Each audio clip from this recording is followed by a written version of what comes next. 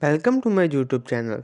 तो आज हम बात करने वाले हैं सिंधु घाटी सभ्यता की कि कैसे सिंधु घाटी सभ्यता का उत्थान हुआ। तो सबसे पहले हम जानते हैं कि इतिहास को 3 भागों में बांटा गया है: प्रागैतिहासिक काल, आदिऐतिहासिक काल और ऐतिहासिक काल। प्रागैतिहासिक काल वो काल है जिस समय मनुष्य को ना ही तो लिपि पढ़नी आती थी और ना ही लिपि लिखनी आती थी, लिपि यानी कि भाषा। तो आगे हम देखते हैं कि आदि ऐतिहासिक काल वो काल है जिसमें मनुष्य को पढ़ना लिखना तो आता था, लेकिन हम उनकी लिपि को समझ नहीं सकते। और ऐतिहासिक काल वो काल है जिसमें मनुष्य को पढ़ना लिखना आता था, लिपि को लिखना आता था और हम भी उनकी लिपि को समझ सकते हैं। सिंधु घाटी सभ्यता को आदि ऐतिहासिक काल में रखा गया है क्योंकि इस टाइम पर मनुष्य को लिपि लिखनी तो आती थी, लेकिन हम उनकी लिपि को समझ नहीं पाते।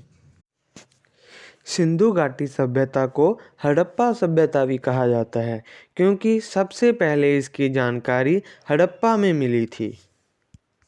सिंधु घाटी सभ्यता का विकास 2500 ईस्वी पूर्व से 1750 ईस्वी पूर्व तक माना जाता है। सिंधु घाटी सभ्यता को पहली शहरी सभ्यता माना जाता है। उस टाइम पर और भी बहुत सभ्यताओं की जानकारी मिली है, पर वो कोई भी सभ्यता शहरी सभ्यता जैसी नहीं है। जैसे कि शहरी सभ्यता का मीन है शहर के जैसी, वो बाकी जो सारी सभ्यता हैं वो एक गांव की तरह हैं और केवल यही हड़प्पा सभ्यता यानी कि सिंधु घाटी सभ्यता ही ऐसी सभ्यता है जो कि शहर जैसी है। सबसे पहले इसकी जानकारी चार्ल्स मैनसन को 1826 ईस्वी में पता लगी थी, लेकिन उसने इतना ध्यान नहीं दिया। इसके बाद 1921 ईस्वी में भारतीय पुरातत्व विभाग के हेड जॉन मार्शल ने हड़प्पा की खोज करने का आदेश दिया और तभी हड़प्पा सभ्यता के बारे में पता चला। तो अब हम इसके विस्तार के बारे में डिटेल में जानते हैं। हड़प्पा सभ्यता एक विस्तृत क्षेत्र में फैली हुई थी। इस सभ्यता के पाकिस्तान और भारत में अब तक 300 केंद्र की खोज की जा चुकी है। अब हम इन केंद्रों में से प्रमुख केंद्रों के बारे में जानेंगे। पहला केंद्र आता है हड़प्पा। हड़प्पा पश्चिमी पंजाब पाकिस्तान के मिंटगुमरी जिले में रावी नदी के किनारे पर स्थित है। यह लाहौर से लगभग 160 किलोमीटर दूर है। यहाँ सिंधु घाटी सभ्यता का प्रथम नगर था, जिसकी 1921 ईस्वी में R.B. दयाराम साहनी ने खोज की। यह नगर आधुनिक ढंग से बना हुआ था। इसके मकान पक्के, सड़कें और गलियां चौड़ी थी। रात्रि के समय प्रकाश की बढ़िया व्यवस्था थी। इस नगर की दुश्मनों से सुरक्षा के लिए चारों ओर एक विशाल दीवार बनाई हुई थी। तो चलिए हम एक अगले केंद्र के बारे में जानते हैं जो कि है मोहनजोदड़ो। मोहनजोदड़ो हड़प्पा सभ्यता का दूसरा महत्वपूर्ण नगर है। यह सिंध पाकिस्तान के ललकारा जिले में स्थित है। इस नगर की खोज 1922 ईस्वी में R.D. बैनर्जी ने की थी। यह हड़प्पा से 483 किलोमीटर दूर था। इस नगर की रचना भी हड़प्पा की तरह थी। इस नगर की 7 परतें मिली हैं, जिससे यह अनुमान लगाया जाता है कि यह नगर 7 बार बना और उजड़ा है। यह एक बड़ा व्यापारिक केंद्र भी था। अगले नगर का नाम है कोटला निहंग खान। यह केंद्र पूर्वी पंजाब के रोपड़ जिले में स्थित है। इसकी खोज 1953 ईस्वी में भाई डी शर्मा ने की थी। यह सतलुज नदी के तट पर स्थित था। इस नगर से प्राप्त हुए बर्तन और उपकरण हड़प्पा नगर से मिलते जुलते हैं। अगला महत्वपूर्ण केंद्र है कालीबंगा। यह केंद्र राजस्थान प्रांत के जिला गंगानगर में स्थित है। इस नगर का नाम जहां पर बनने वाली चूड़ियों के कारण पड़ा। इस नगर की निर्माण योजना भी हड़प्पा नगर की निर्माण योजना जैसी ही है। यहाँ से हमें हड़प्पा संस्कृति के बहुत से बर्तन और खिलौने मिले हैं। अगला महत्वपूर्ण केंद्र है लोथल। यह नगर गुजरात प्रांत के जिला अहमदाबाद में स्थित है। इस नगर की खोज 1957 ईस्वी में S.R. राव ने की थी। यह नगर अपनी बहुत बड़ी बंदरगाह के कारण प्रसिद्ध था। इस बंदरगाह से पश्चिमी एशिया के देशों से बहुत व्यापार चलता था। इसके अतिरिक्त यहाँ पर एक मनके बनाने का उद्योग भी मिला है। यहाँ से प्राप्त खंडरों से हमें मोहनजोदड़ो की तरह सिंधु घाटी सभ्यता की सड़कें और नालियों के विषय में जानकारी प्राप्त हुई है। अगला विशेष केंद्र है आलमगीरपुर। यह नगर उत्तर प्रदेश के जिला मेरठ में स्थित है। इस नगर की खोज 1958 ईस्वी में बाई डी शर्मा ने की थी।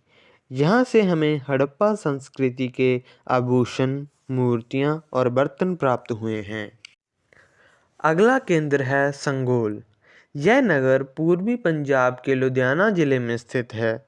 इस नगर की खुदाई 1968 ईस्वी में S.S. तलवार तथा R.S. बिष्ट ने की थी। जहाँ से सिंधु घाटी सभ्यता के बहुत से बर्तन और मूर्तियाँ प्राप्त हुई हैं। इस नगर के बाहर एक बहुत बड़ी खाई थी जो हमेशा जल से भरी रहती थी। ऐसा इस नगर की शत्रुओं से सुरक्षा के लिए किया गया था। अगला महत्वपूर्ण केंद्र है बनावली। यह नगर हरियाणा के हिसार जिले में स्थित है। इसकी खोज 1973 ईस्वी में R.S. बिष्ट ने की थी। यह नगर भी मोहनजोदड़ो नगर की तरह बनाया गया था।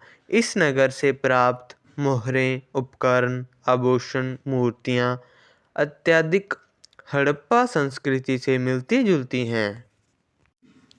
अब हम बात करेंगे अन्य केंद्रों के बारे में। सिंधु घाटी सभ्यता के लगभग 300 अन्य केंद्रों का पता चला है। इन केंद्रों में अधिक खोज का कार्य अभी चल रहा है। इन केंद्रों के आधार पर यह कहा जा सकता है कि सिंधु घाटी सभ्यता पाकिस्तान के सिंध, पंजाब और बलूचिस्तान तथा भारत के पंजाब, हरियाणा, राजस्थान, पश्चिमी उत्तर प्रदेश और गुजरात के क्षेत्रों में फैली हुई थी। इस प्रकार इस सभ्यता की कुल परिसीमा 1,99,600 वर्ग किलोमीटर थी। तो अब हम सिंधु घाटी सभ्यता के नगर योजना के बारे में जानेंगे। सिंधु घाटी सभ्यता निश्चित रूप से एक उच्च कोटि की सभ्यता थी।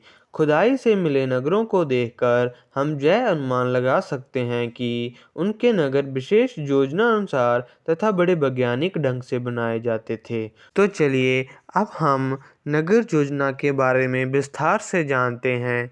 तो पहला आता है भवन। सिंधु घाटी सभ्यता के लोग भवन निर्माण कला में बहुत कुशल थे। उनके मकान पक्की ईंटों के बने होते थे। बाढ़ के खतरे से बचने के लिए वो अपने घरों की नींव काफ़ी गहरी रखते थे। उनके घर खुले तथा हवादार होते थे। उनके घरों में बड़े बड़े द्वार, खिड़कियां तथा रोशनदान होते थे।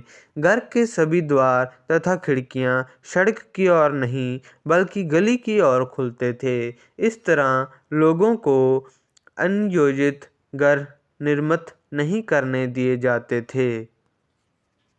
कई मकान 2 तथा इनसे भी अधिक मंजिलों के होते थे। इनके ऊपर जाने के लिए सीढ़ी का प्रयोग किया जाता था। प्रत्येक मकान में खुला प्रांगण, रसोईघर, कुआं तथा स्नानघर होता था। तो चलिए अब हम बात करते हैं विशाल स्नानघर के बारे में। सिंधु घाटी की खुदाई में मिलने वाला सबसे विशाल भवन मोहनजोदड़ो में स्थित विशाल स्नानघर था। यह बहुत आश्चर्य की बात है कि आज से लगभग 5,000 वर्ष पूर्व सिंधु घाटी सभ्यता के लोगों ने इतने विशाल स्नानघर कैसे बनाए होंगे। यह स्नानघर 180 फुट लंबा और 108 फुट चौड़ा है। इसके मध्य 39 फुट लंबा, 23 फुट चौड़ा तथा 8 फुट गहरा तालाब बनाया हुआ था। इस तालाब के निकट एक कुआं था जिससे इस तालाब में पानी भर लिया जाता था। तालाब में उतरने तथा चढ़ने के लिए सीढ़ियां बनी हुई थी। गंदा पानी निकालने के लिए तालाब में अलग रास्ता बना हुआ था। इस स्नानघर के आसपास कई कमरे बने हुए थे। समझा जाता है कि लोग यहाँ धार्मिक आयोजनों पर स्नान करने आते थे। अब हम बात करते हैं अन्य भवनों के बारे में। सिंधु घाटी की खुदाई में हमें कुछ अन्य विशाल भवन भी मिले हैं। समझा जाता है कि इन भवनों का प्रयोग महलों अथवा सरकारी कार्यालयों के रूप में किया जाता था। मोहनजोदड़ो और हड़प्पा तथा लोथल आदि नगरों में हमें बड़े बड़े गोदाम भी मिले हैं। इन गोदामों में अन्न को सुरक्षित रखा जाता था। यात्रियों की सुविधा के लिए उस समय सराय अथवा विश्राम घर भी बनाए जाते थे। तो चलिए अब हम बात करते हैं नालियों की व्यवस्था के बारे में। हमें यह जानकर बहुत आश्चर्य होता है कि सिंधु घाटी सभ्यता के लोगों ने गंदे पानी के निकास के लिए नालियों की बड़े वैज्ञानिक ढंग से व्यवस्था की थी। घरों की नालियाँ गली की बड़ी नालियों में गिरती थी और वह शहर के बाहर किसी बड़े नाले में जा गिरती थी। इन नालियों को ईंटों से इस प्रकार ढका जाता था कि सफाई करते समय उन्हें आसानी से उठाया जा सकता था। इन नालियों में किसी को भी कूड़ा आदि फेंकने की अनुमति नहीं थी। सिंधु घाटी सभ्यता के लोगों की इतनी उत्तम नाली व्यवस्था से यह ज्ञात होता है कि वह सफाई की ओर विशेष ध्यान देते थे। तो चलिए अब हम बात करते हैं सड़कों के बारे में। सिंधु घाटी सभ्यता के लोग सड़कों के निर्माण में भी बड़े कुशल थे। यह सड़कें नगर के प्रत्येक ओर बनाई जाती थी। सड़कें काफ़ी चौड़ी होती थी। सड़कों की चौड़ाई 13 फुट से लेकर 34 फुट तक होती थी। सड़कों पर चौराहे भी बनाए जाते थे। सड़कें इस ढंग से बनाई जाती थी कि इन पर पड़ी गंदगी वायु से अपने आप साफ हो जाती थी। इन सड़कों पर रोशनी की व्यवस्था भी की जाती थी। तो अब हम बात करने वाले हैं सिंधु घाटी सभ्यता के समय टेक्नोलॉजी के बारे में। सिंधु घाटी सभ्यता हजारों वर्षों पुरानी थी, परंतु उस समय के लोगों को तकनीकी ज्ञान का बड़ा ही ज्ञान था। उनके द्वारा बनाया गया तांबे तथा कांसे के बर्तन, मनुष्यों तथा पशुओं की मूर्तियाँ, नौकाएँ, खिलौने तथा आभूषणों को देखकर यह अनुमान लगाया जा सकता है कि सिंधुवासी इन वस्तुओं के निर्माण में कितने कुशल थे। उस समय मोहरें तथा मनके बनाने की कला भी काफ़ी उन्नत थी। वह सोने चांदी, बहुमूल्य पत्थरों तथा तांबे के आकर्षक मनके तैयार करते थे।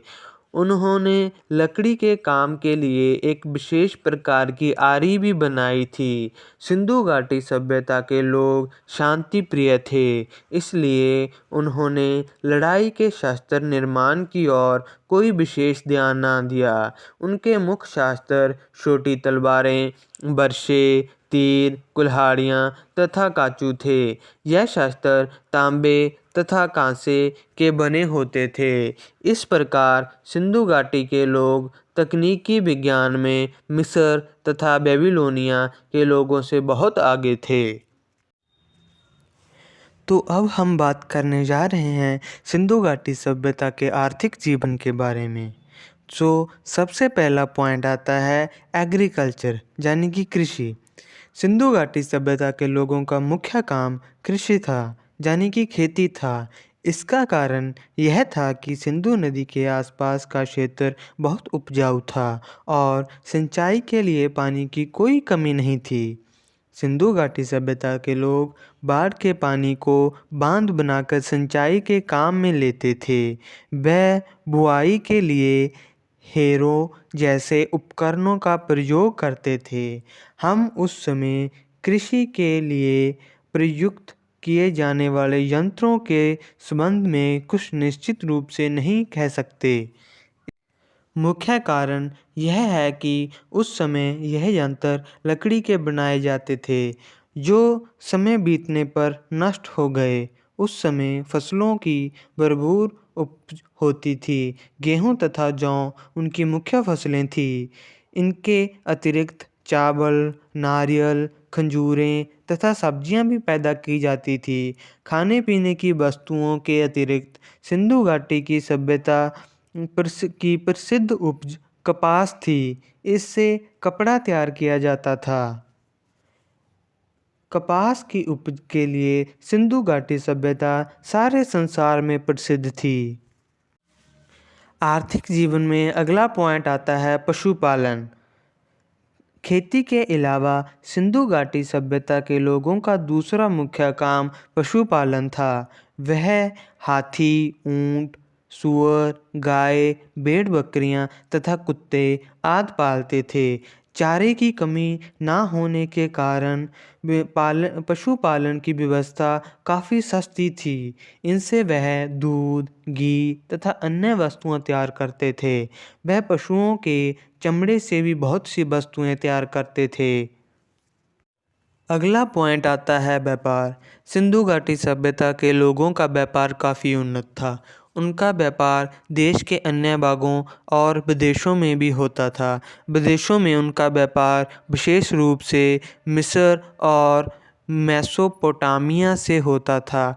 विदेशों में वह सोना, चांदी और कीमती पत्थरों का आयात करते थे और वह विदेशों में सूती कपड़ा, आभूषण, मोती तथा हाथी दांत की वस्तुएं निर्यात करते थे। इनके अतिरिक्त लंगूर, बांदर और मोर भी बाहर भेजे जाते थे। विदेशों से व्यापार जल तथा स्थल दोनों मार्गों से होता था।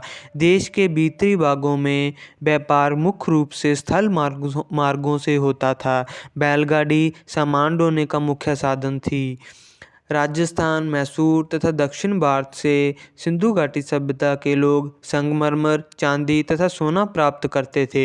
कश्मीर से वह देवदार की लकड़ी तथा शिलाजीत मंगवाते थे। व्यापारिक उन्नति के कारण सिंधु घाटी सभ्यता के लोगों का जीवन बहुत समृद्ध था। तो चलिए अब हम बात करने जा रहे हैं सिंधु घाटी सभ्यता के धार्मिक जीवन के बारे में। सिंधु घाटी सभ्यता के लोग सबसे अधिक देवी माँ की पूजा करते थे। यह बात सिंधु घाटी सभ्यता की खुदाई के समय देवी माँ की बहुत सी मूर्तियाँ प्राप्त करने से पता चलती है और मूर्तियों के अलावा मोहरें तथा तावीज़ों पर अंकित देवी माँ के चित्रों से भी यह बात स्पष्ट होती है। कई मूर्तियों पर धुएं के धब्बे हैं जिससे यह निष्कर्ष निकलता है कि लोग देवी माँ की धूप, दीप तथा घी से पूजा करते थे। देवी माँ को शक्ति का प्रतीक समझा जाता था। सिंधु घाटी सभ्यता के लोगों में एक देवता की पूजा का प्रचलन था। उस समय की प्राप्त कुछ मोहरों पर इस देवता की मूर्तियां अंकित हैं। इनमें इस देवता को योगी की स्थिति में समाधि लगाए दिखाया गया है। इसके 3 मुंह दर्शाए गए हैं तथा उसके आसपास कई पशु दिखाए गए हैं। इनको देखकर इतिहासकारों का विचार है कि यह शिव देवता था। सिंधु घाटी सभ्यता के विभिन्न स्थानों से प्राप्त मोहरों से हमें इस बात का पता चलता है कि वह कई प्रकार के पशुओं की भी पूजा करते थे। इन पशुओं में मुख्य हाथी, गैंडा, चीते, सांड तथा भैंस थे। इसके अतिरिक्त मोहरों पर अंकित किए वृक्षों के चित्रों से भी इस बात का अनुमान लगाया जा सकता है कि वह वृक्षों की पूजा करते थे। इस वृक्षों को वह देवी देवतियों का निवास स्थान मानकर उनकी पूजा करते थे। सिंधु घाटी सभ्यता के लोग सबसे अधिक पीपल की पूजा करते थे तथा इसे पवित्र भी मानते थे। इसके अतिरिक्त वह नागों तथा सूर्य की पूजा भी करते थे। वह बहुत से पक्षियों तथा विशेष रूप से गुग्गी की पूजा करते थे। खुदाई से मिलने वाले बहुत से ताबीज़ों के आधार पर यह कहा जा सकता है कि सिंधु घाटी सभ्यता के लोग भूत प्रेतों में भी विश्वास रखते थे और जादू टूना भी करते थे। इस तरह उनके धर्म में कई प्रकार के अंधविश्वास भी थे। आगे हम बात करने वाले हैं सिंधु घाटी सभ्यता के सामाजिक जीवन के बारे में। पहला पॉइंट आता है समाज। सिंधु घाटी सभ्यता की खुदाई से जो मूर्तियां मिली हैं उनमें सबसे अधिक मूर्तियां महिलाओं की थी, जिन्हें देखकर हम अनुमान लगा सकते हैं कि उनके समाज में महिलाओं को उच्च स्थान प्राप्त था। उनका समाज मातृ प्रधान था। उनका समाज जात पात पर आधारित नहीं था, इसका विभाजन कार्य पर आधारित था। अगला पॉइंट है भोजन तथा पोशाक। सिंधु घाटी सभ्यता के लोग खाने पीने के बड़े शौकीन थे। वो जौ, गेहूँ, खजूर, दूध, फल तथा सब्जियों का प्रयोग करते थे। इसके अतिरिक्त वह मांस तथा मछली का प्रयोग भी करते थे। खुदाई से प्राप्त बहुत से तकलों से यह अनुमान लगाया गया है कि उस समय के लोग सूती तथा ऊनी वस्त्र तैयार करने का काम करते थे। स्त्री तथा पुरुष दोनों की वेशभूषा में कोई विशेष अंतर नहीं था। उस समय पुरुषों तथा महिलाओं दोनों को ही आभूषणों का बहुत शौक था। इन आभूषणों में हार, कड़े, बाजूबंद, अंगूठियाँ तथा कानों की बालियाँ प्रसिद्ध थी। आगे हम बात करने वाले हैं तीसरे पॉइंट के बारे में, जो है हार श्रृंगार। सिंधु घाटी सभ्यता की महिलाएं विभिन्न प्रकार के श्रृंगार करती थी। वह अपने बालों की कई प्रकार से सजावट करती थी। वह लिपस्टिक, पाउडर, सुरमे, सुगंधित तेल का प्रयोग करती थी। इसके अतिरिक्त खुदाई से सिंदूर की अनेक डिब्बियाँ भी मिली हैं। काफ़ी संख्या में कंघियाँ तथा मुंह देखने के शीशे अथवा दर्पण भी मिले हैं। ये कंघियाँ तथा दर्पण बहुत बढ़िया ढंग से बनाए जाते थे। महिलाएं अपने श्रृंगार की वस्तुएं छोटे छोटे डिब्बों में रखती थी, जो कि हाथी दांत से निर्मित होते थे। इस प्रकार उस समय की महिलाएं श्रृंगार में आजकल की महिलाओं से किसी प्रकार भी पीछे नहीं थी। पुरुषों से में छोटी छोटी दाढ़ी रखने का प्रचलन था। चौथा पॉइंट आता है घरेलू वस्तुएं। सिंधु घाटी की खुदाई से हमें घरों में प्रयोग की जाने वाली बहुत सी वस्तुएं मिली हैं। इनमें कई प्रकार के बर्तन, फर्नीचर, तकले, सुइयाँ, कंघियाँ, लैंप, मोमबत्तियाँ, चाकू, कुल्हाड़ियाँ, छेनी तथा मछली पकड़ने वाली कुंडियाँ आदि शामिल है। इन वस्तुओं से उस समय के सामाजिक जीवन के संबंध में बहुत सारी जानकारी प्राप्त होती है। अगला पॉइंट है मनोरंजन। सिंधु घाटी सभ्यता के लोग अपना मनोरंजन कई प्रकार से करते थे। वह शतरंज खेलने के बहुत शौकीन थे। शिकार खेलने, मछलियाँ पकड़ने, पक्षी पालने, पशुओं की लड़ाई देखने तथा संगीत तथा नृत्य में भी उनकी रुचि थी। बच्चे अपना मनोरंजन खिलौनों से करते थे। अगला पॉइंट है मृतकों का दाह संस्कार, यानी कि disposal of the death. Sindhu घाटी सभ्यता के लोग मृतकों का अंतिम संस्कार 3 प्रकार से करते थे। पहला, मृतकों को जलाकर राख को बर्तन में डालकर दबा दिया जाता था। कई बार शव को वैसे ही भूमि में गाड़ दिया जाता था। कभी कभी वह मृतदेह को किसी खुले स्थान पर फेंक देते थे और जब पिंजर रह जाता था तो उसे दफना दिया जाता था। तो आगे हम बात करने वाले हैं सिंधु घाटी सभ्यता के राजनीतिक जीवन के बारे में। सिंधु घाटी सभ्यता के लोगों की राजनीतिक व्यवस्था कैसी थी, इस संबंध में इतिहासकारों के भिन्न भिन्न मत हैं। सिंधु घाटी सभ्यता की नगर योजना उनके देश विदेश से व्यापारिक संबंधों, मोहरों, लिपि तथा एक से माप तोल के बांटों को देखकर इस बात का अनुमान लगाया जाता है कि उस समय की राजनीतिक व्यवस्था काफ़ी अच्छी थी। नागरिकों को उपलब्ध सुविधाएं तथा सफाई प्रबंध को देखकर इस बात का अनुमान लगाया जा सकता है कि उस समय नगरपालिकाओं की भी व्यवस्था थी, परंतु हमें उस समय के शासकों के अधिकारों तथा उनके मंत्रियों के संबंध में कोई विशेष जानकारी प्राप्त नहीं हो सकी है। तो अब हम बात करने जा रहे हैं कि सिंधु घाटी सभ्यता की कला कैसी थी। पहला पॉइंट आता है मूर्ति कला।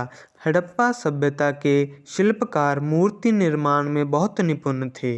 यह मूर्तियाँ पत्थर, टेराकोटा यानी कि पक्की मिट्टी और धातु से निर्मित थी।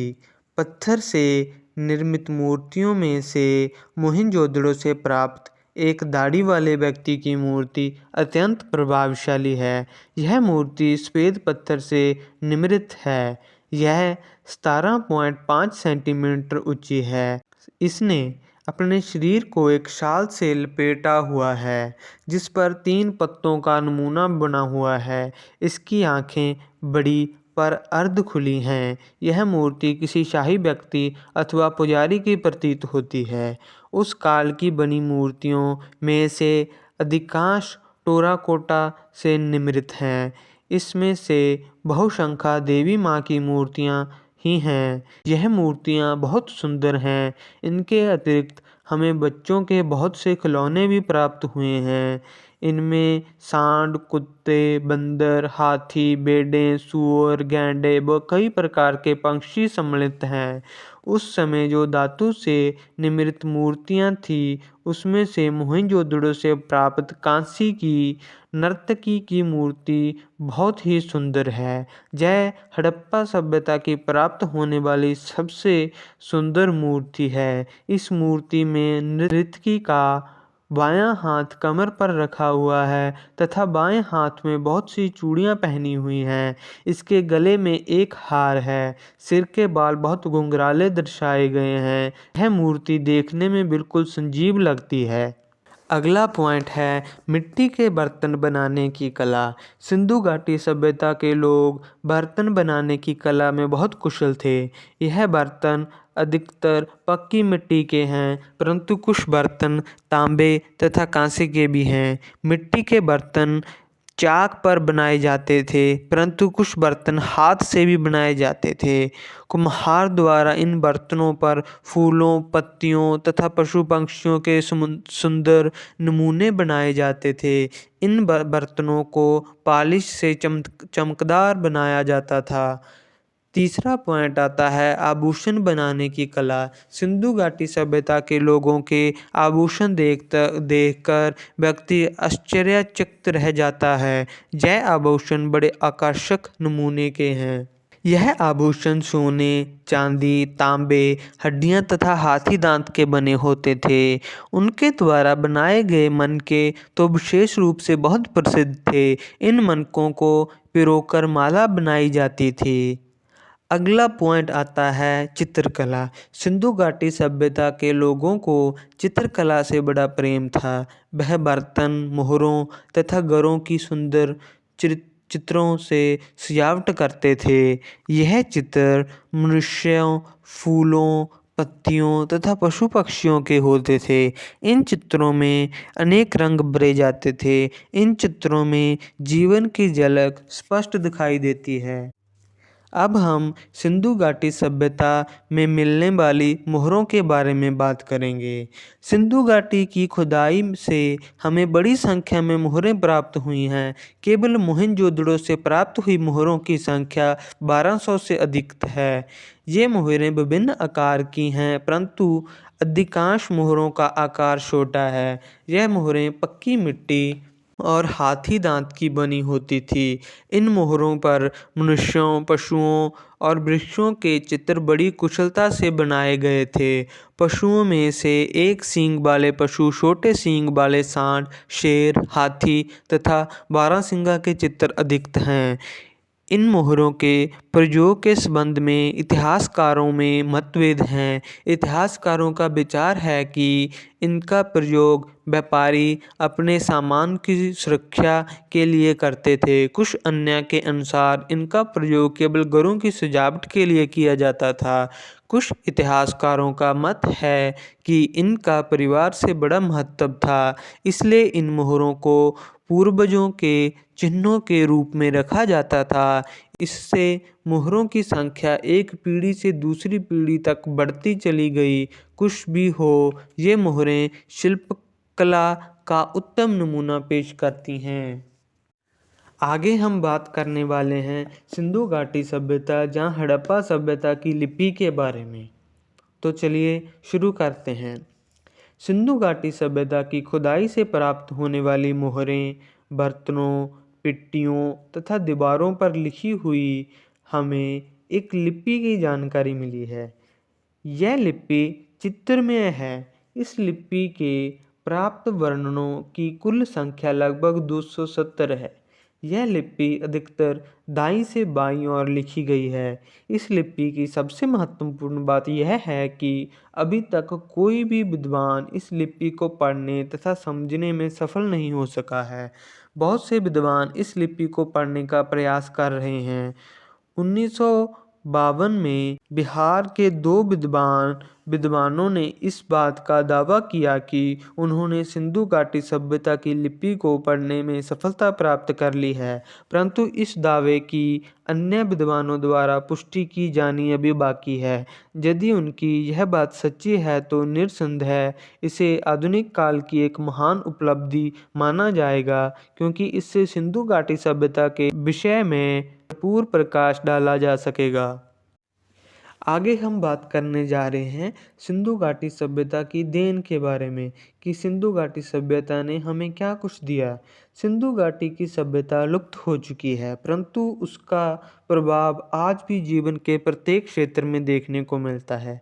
इस सभ्यता से हमने योजनाबद्ध नगर निर्माण, चौड़ी तथा खुली सड़कें, गलियां बनाने का ढंग, सड़कों पर प्रकाश की व्यवस्था, आभूषण, मोहरें, मूर्तियां तथा बच्चों के खिलौने बनाने की कला, महिलाओं के श्रृंगार का ढंग तथा चरखे व आटा पीसने वाली चक्की बनाने का ढंग सीखा है। उनकी सबसे बड़ी देन धार्मिक क्षेत्र में है। उस समय देवी देवताओं जैसे कि देवी माँ, शिवजी, अग्नि, जल, सूर्य, वृक्षों तथा नाग आदि की पूजा आज भी हिंदू धर्म में प्रचलित है। निस्संदेह सिंधु घाटी सभ्यता की देन सदा अमर रहेगी। अब हम बात करने जा रहे हैं सिंधु घाटी सभ्यता के पतन के बारे में, यानी कि cause of decline and disappearance of Sindhu घाटी। सिंधु घाटी सभ्यता के पतन और उसके लुप्त हो जाने के संबंध में इतिहासकारों में बहुत मतभेद हैं। कुछ इतिहासकारों का मत है कि इस सभ्यता का पतन बहुत समय तक वर्षा न होने तथा सूखा पड़ने के कारण हुई है। कुछ अन्य इतिहासकारों के विचार अनुसार बार बार आने वाले भयानक भूकंपों के कारण सिंधु घाटी सभ्यता का नाश हो गया। कुछ एक इतिहासकारों का यह विश्वास है कि इस सभ्यता का पतन संक्रामक रोग फैल जाने के कारण हुआ, जैसे कि कोरोना है। इस कारण बड़ी संख्या में लोग मारे गए व शेष लोग इस स्थानों को छोड़कर भाग गए। कुछ अन्य इतिहासकारों के विचार अनुसार सिंधु घाटी सभ्यता का पतन जलवायु में परिवर्तन के कारण हुआ। इसका विचार है कि सिंधु घाटी सभ्यता इस क्षेत्र में फैले भयानक अग्निकांड के कारण अलोप हुई। अनेक इतिहासकार इस सभ्यता का अंत अपने अपने तरीकों से माना हुआ समझते हैं। आर्य युद्ध लड़ने में सिंधु घाटी सभ्यता के लोगों से अधिक निपुण एवं शक्तिशाली थे। आर्य कौन थे, इसके बारे में हम अगली वीडियो में बात करेंगे। उन्होंने सिंधु घाटी सभ्यता के लोगों को पराजित करके उन्हें संपूर्ण नष्ट कर दिया। परिणामवश जब तक विद्वान सिंधु घाटी सभ्यता की लिपि को पूरी तरह पढ़ने में सफल नहीं हो जाते, सिंधु घाटी सभ्यता के पतन के बारे में हमें निश्चित रूप से कुछ भी पता नहीं चलेगा। मैंने पूरी डिटेल में सिंधु घाटी सभ्यता के बारे में शुरू से लेकर अंत तक सब कुछ बता दिया है। अगर आपको ये वीडियो अच्छी लगे तो please subscribe to my channel. Thank you.